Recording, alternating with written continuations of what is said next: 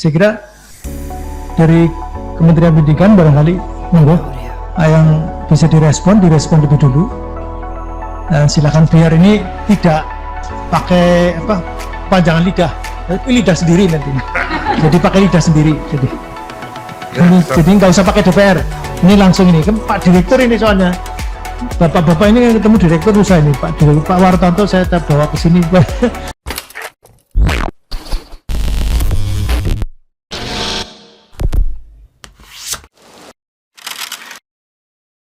Lanjut, oke. Terima kasih Pak. Yang ingin saya sampaikan satu hal saja Pak. Mohon untuk penerimaan CPNS ini dari teman-teman kami Wiyata Bakti yang usianya masih bisa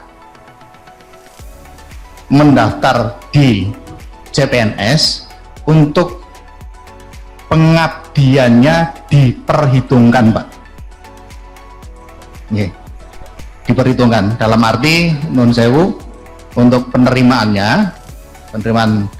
CPNS ini lama pengabdian ini mohon diperhitungkan, karena nun sewu selama ini teman-teman kami yang sudah mengabdi beberapa tahun itu kalah disalib Pak dengan anak-anak yang baru saja lulus dari universitas, karena mereka masih cemerlang ya untuk pemikirannya. Sementara teman-teman kami yang sudah beberapa tahun mengabdi di sekolah-sekolah itu mungkin sudah memikirkan banyak hal, terutama ekonomi, sehingga pelajaran-pelajaran yang telah lalu itu sudah terlupakan. Itu Pak, satu saja yang ingin saya sampaikan. Jadi sekali lagi masa pengabdian untuk teman-teman kami saat mendaftar CPNS untuk diperhitungkan. Terima kasih. Assalamualaikum warahmatullahi wabarakatuh. Terima kasih. Yang pertama, perkenankanlah saya Mulyarsih, Koordinator K2 Kabupaten Batang, sekaligus juga anggota Pagardika dari Kabupaten Batang. Yang perlu saya sampaikan, yang pertama bahwa terima kasih kepada Komisi 10 yang telah membentuk panja terkait dengan pengangkatan honorer untuk menjadi ASN. Sisa honorer kategori 2 di Kabupaten Batang itu sejumlah 96, yang satu kemarin sudah meninggal sebelum ada pengangkatan tenaga P3K untuk tahap kedua. Jadi jumlah honorer kategori kedua di Kabupaten Batang sekarang tinggal 95. Mohon kepada Komisi 10, karena notabene dari honorer kategori 2 ini rata-rata sudah mengabdi minimal 10 tahun, bahkan ada yang 20 tahun lebih. Ini untuk diperjuangkan secara bertahap agar bisa diangkat untuk menjadi ASN. Seperti tadi yang disampaikan oleh perwakilan dari K3S bahwa ada perhitungan dari masa kerja dan berdasarkan umur, sehingga teman-teman K2 yang sudah expired, yang rata-rata sudah kepala 4, ini tidak bersaing dengan umum. Demikian Bapak yang dapat kami sampaikan, kurang lebihnya mohon maaf. Terima kasih. Wassalamualaikum warahmatullahi wabarakatuh. Beberapa waktu yang lalu terkait dengan P3K, kami kebetulan di Dinas sebagai kasih ketenagaan terkait dengan penentuan kuota P3K. Nama saya Muhammad Arif Rohman. Kebetulan pada saat itu penentuan kuota P3K, selama ini kan kita hanya mendengar statement dari yang terakhir itu dari Menteri Keuangan bahwa P3K itu gajinya akan dibiayai dari pusat.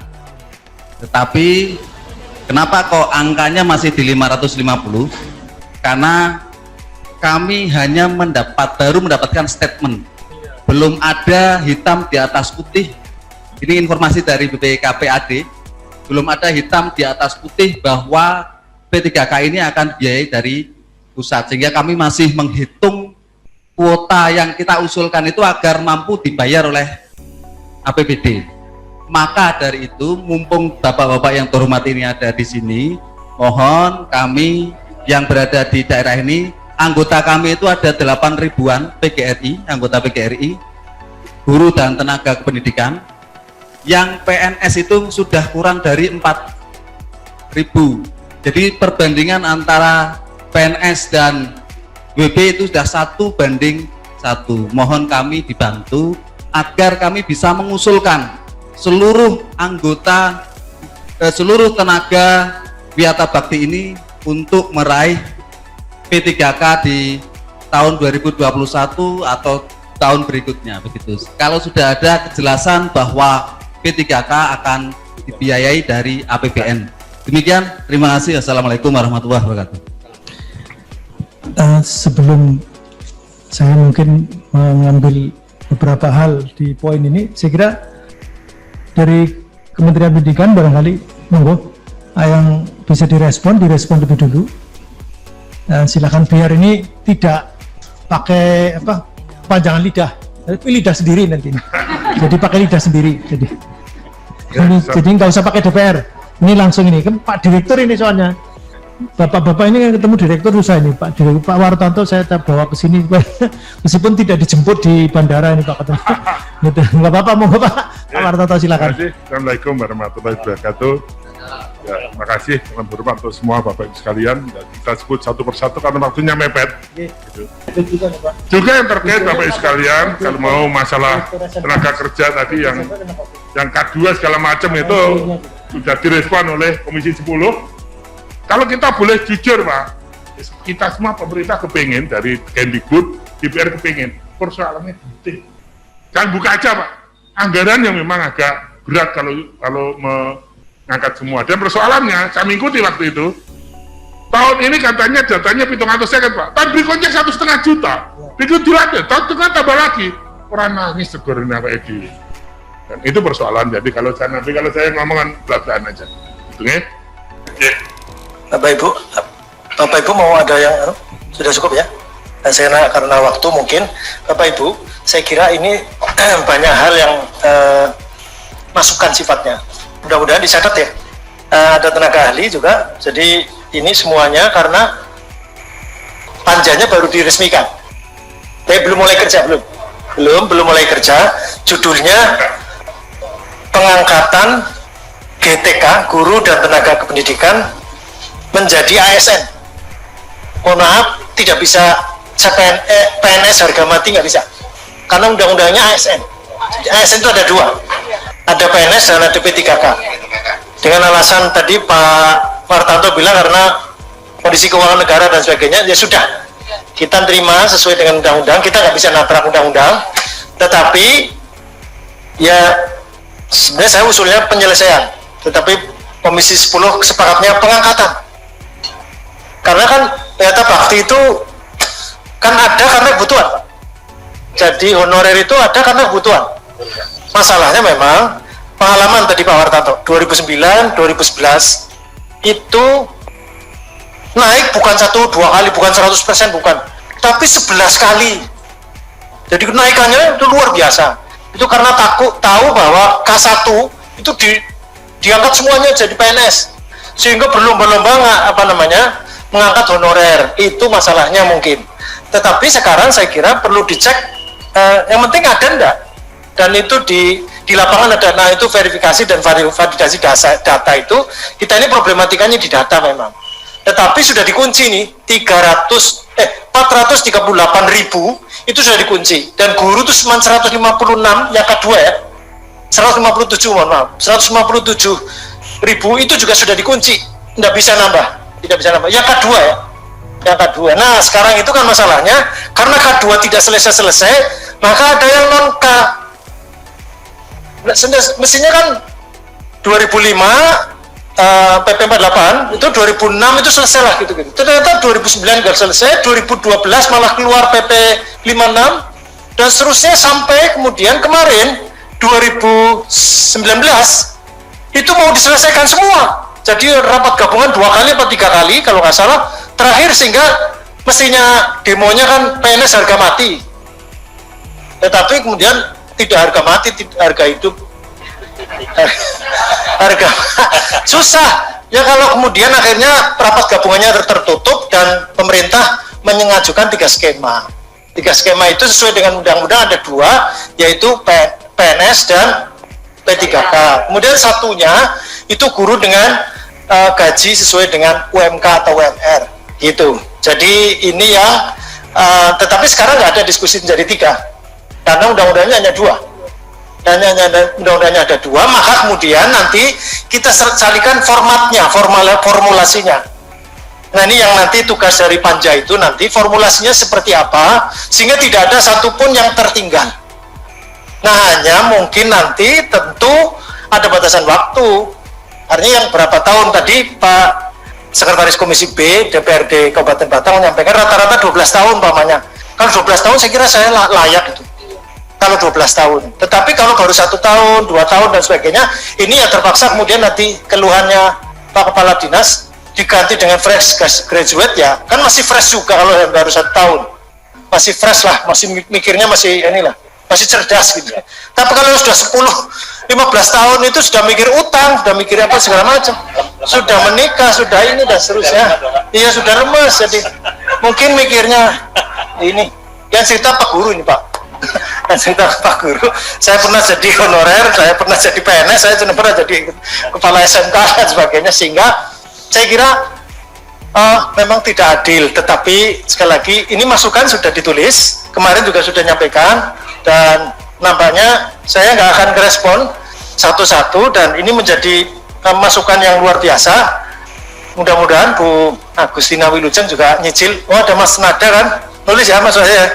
Ada Mas Nada itu dicicil gitu supaya nanti jadi rekomendasi di Pak Fikri. Wah itu suaranya keras Dengarkan.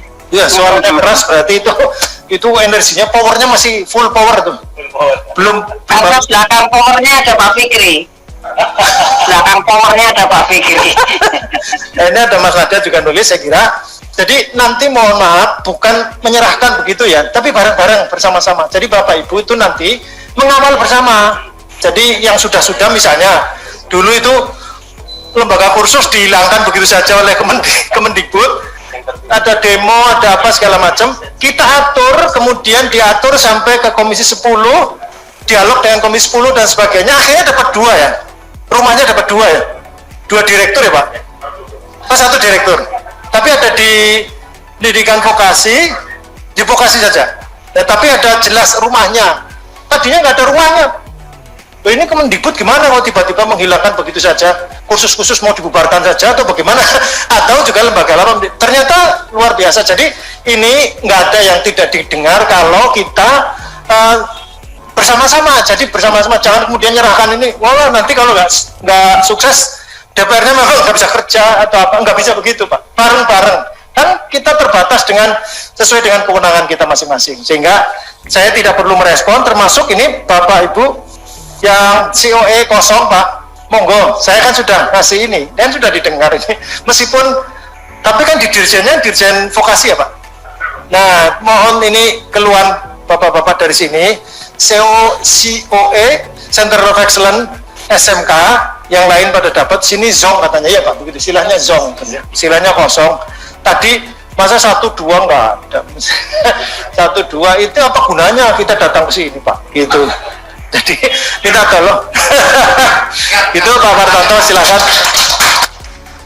Kan ada 500 masa 1-2 nggak dapat ya Pak, masa kosong sama sekali.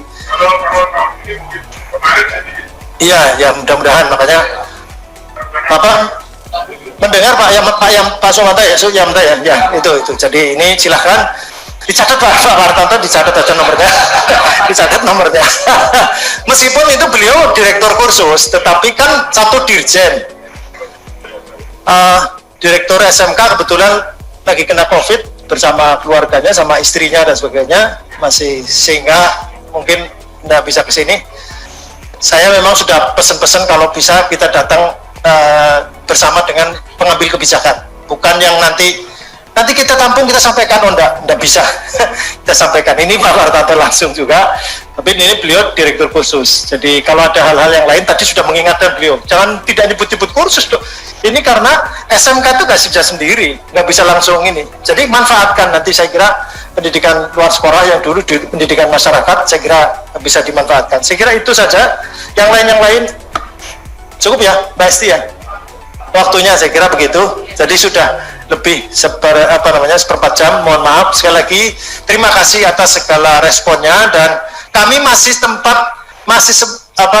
masih menunggu, mungkin kalau ada hal-hal yang perlu disampaikan secara tertulis. Tadi muncul emailnya, alamat email silahkan ditulis, kemudian atau mungkin kalau sekretariat ada WA, ada apa segala macam disampaikan, silahkan begitu. Sekali lagi matur nuwun, saya kembalikan.